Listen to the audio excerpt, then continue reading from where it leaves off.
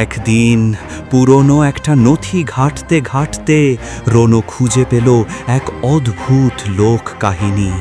শহরের ঠিক বাইরে এক পরিত্যক্ত জঙ্গলের গভীরে নাকি শেষ রাতে একজন নেকড়ে মানব ঘুরে বেড়ায়। সে নাকি কোনো বিশেষ তিথিতে মানুষের রূপ ছেড়ে নেকড়ে হয়ে যায়, আর তার শিকার হলো তারাই যারা গভীর রাতে একাকিত্বের ফাঁদে বন্দী। কাহিনীটা রনুকে টানল। তার মনে হলো এটাই সেই গোল্ডেন কন্টেন্ট যা তাকে খ্যাতির চূড়ায় পৌঁছে দেবে। ধীরে ধীরে নেকড়ে মানবের প্রতি তার আকর্ষণ উন্মাদনায় রূপ নিল। দিনের পর দিন সে ঘুম হারালো, খাওয়ার কথা ভুলে গেল, কেবল সেই রহস্যময় সৃষ্টির প্রতিটি খুঁটিনাটি নিয়ে গবেষণা করতে লাগল। বহু রাত কাটানোর পর অবশেষে রনো তার শেষ রাতের অতিথিকে আমন্ত্রণ জানানোর জন্য একটি পরিকল্পনা তৈরি করল। তার ফ্ল্যাটের বারান্দায় সে ক্যামেরা সেট করল। তার কম্পিউটারে খোলা রইল লাইভ স্ট্রিমিং সফটওয়্যার। এক পূর্ণিমার রাতে যখন শহরের প্রতিটি প্রাণীর শ্বাস প্রশ্বাসও যেন থেমে গিয়েছিল, রনো তার জানালার কাঁচ খুলে দিল। রাত গভীর হল। তার মনে ছিল কেবল এক অদম্য আকাঙ্ক্ষা, এই রহস্যকে উন্মোচন করার, এই সত্তাকে সবার সামনে নিয়ে আসার। তখন সে শুনল তার বারান্দার বাইরে একটি শব্দ, শুকনো পাতার ওপর কিছু একটা টেনে হেঁচড়ে আসার মতো। রনো ফিসফিস করে, কে ওখানে? ভয় আর কৌতূহল তাকে আচ্ছন্ন করে রাখল। সে দেখল একটি ছায়া মূর্তিকে। মানুষ নয়, আবার পুরোপুরি নেকড়েও নয়। তার চোখ জোড়া অন্ধকারে জ্বলজ্বল করছিল। সেই প্রাণীটি রনোর চোখের দিকে তাকিয়ে হাসল, এক ভয়ঙ্কর হাসি। রনোর হৃৎপিণ্ড যেন খাঁচা ছেড়ে বেরিয়ে আসতে চাইছিল।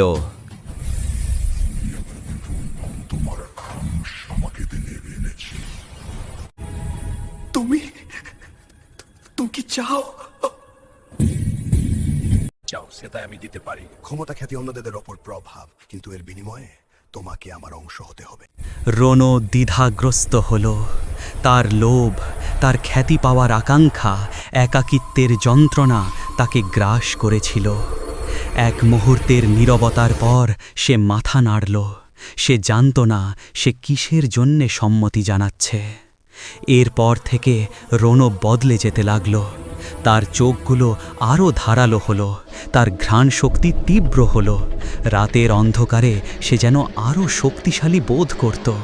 তার ব্লগ পোস্টগুলো অবিশ্বাস্যভাবে জনপ্রিয় হয়ে উঠল। মানুষজন তার লেখার মধ্যে এক অজানা আকর্ষণ খুঁজে পেল। তারা তাকে নেকড়ে মানব ব্লগার বলে ডাকতে শুরু করল।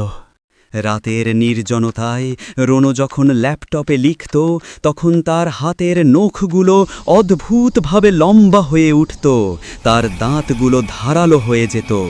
সে বুঝতে পারল সে নিজেই এখন সেই নেকড়ে মানব হয়ে উঠেছে, যার গল্প সে একদিন লিখতে চেয়েছিল। তার পোস্টের মন্তব্যগুলো ছিল প্রশংসায় ভরা, কিন্তু রনোর অন্তরাত্মা ক্রমশ শুকিয়ে যাচ্ছিল। সে খ্যাতি পেয়েছিল, কিন্তু তার মানবিকতা হারিয়েছিল। এক রাতে চাঁদ যখন মধ্য গগনে, রনো আয়নার সামনে দাঁড়াল। তার প্রতিবিম্ব দেখল এক হিংস্র লোমশ সত্তা, যার চোখে ছিল এক পৈশাচিক দীপ্তি। তার শেষ রাতের অতিথি ছিল তার ভেতরেরই অন্ধকার দিক, তার অপ্রাপ্তি আর উচ্চাকাঙ্ক্ষারই এক ভয়ঙ্কর রূপ। সে চিৎকার করে উঠল। সেই আর্তনাদ শহরের আকাশে মিলিয়ে গেল। রনো তার ব্লগে শেষ পোস্টটি লিখল, যেখানে সে তার নিজের রূপান্তরের কথা স্বীকার করল। এক ভয়ঙ্কর আত্ম উপলব্ধি। খ্যাতি আর স্বীকৃতির অন্বেষণ তাকে কোথায় টেনে এনেছে, সে নিজেই এক উদাহরণ হয়ে থাকল। সে এখন সেই রহস্যময় সত্তা, যার গল্প সে একদিন লিখতে চেয়েছিল। তার ব্লগ এখন তার নিজের দুঃখজনক পরিণতি আর এক ভয়ঙ্কর সতর্কবাণী। জীবন তাড়াহুড়ো নয়, অনুভবের মধ্যেই বেঁচে থাকা। মানুষের ভেতরের উচ্চাকাঙ্ক্ষা যখন লাগামহীন হয়ে ওঠে, তখন তা আত্মাকে গ্রাস করে, এক অন্ধকারাচ্ছন্ন সত্তায় পরিণত করতে পারে। আমরা যা খুঁজি তা হয়তো আমাদের ভেতরেই লুকিয়ে থাকে, ভালো অথবা মন্দ।